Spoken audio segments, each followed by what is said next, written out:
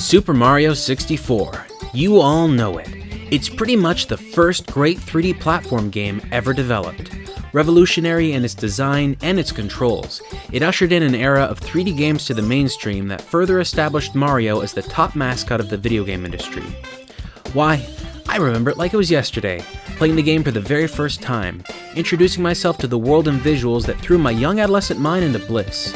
But the game was also known for another big stepping stone. It was the first Nintendo game to have Charles Martinet voice Mario.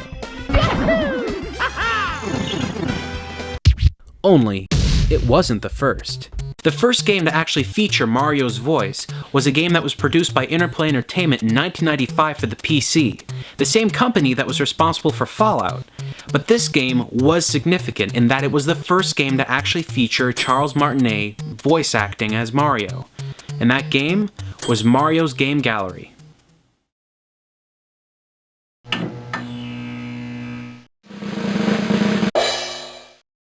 Mario's Game Gallery. Released a year before Super Mario 64, Mario's Game Gallery is a collection of 5 games: Checkers, Go Fish, Dominoes, Backgammon, and Yacht, which for the uninitiated is pretty much Yahtzee. Unlike the majority of other entries in the Mario franchise, Nintendo didn't develop this one. While Mario had made appearances in games that were made by third parties, this one stood out for Martinet's voice work. So why hasn't this game been talked about much over the years? Well, it's because it's bad. How about this move? It's easy to look back at older games and demonize them for not being as good as newer titles that have had the benefit of years of advancements in game design and technology.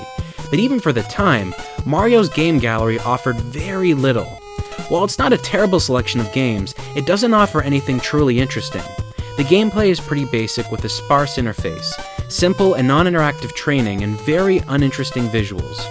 While Interplay's own Battle Chess series was an audiovisual feast of animations and music, Mario's Game Gallery offers a bare-bones experience of similar games like Checkers, with one capture attack animation per team.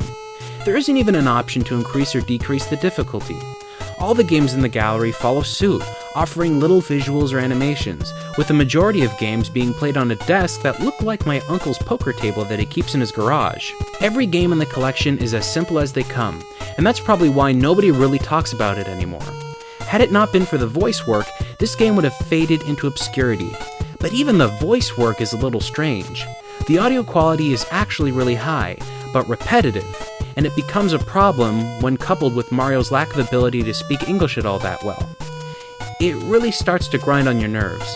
Plus, he will kick your ass again and again and again, and be sickeningly sweet about it. It's my turn now. Looks like a Mario win this time. Hey, how about another game with me? The game saw a re-release in 1997 under the title Mario's Fundamentals, but I stress, despite its branding, it's not an educational game. And you're probably wondering if it's worth a play. Well, no, it's not. If you want to play any of the games in the gallery, there are other far better examples of these game types from different developers of the time. And if you take into consideration the games that have been developed now, well, this title is pretty much useless. This game should be remembered for one thing: giving a voice to a character that most of us grew up with. And despite its shortcomings, it will always have that. It will continue to be a footnote on the history that is Nintendo.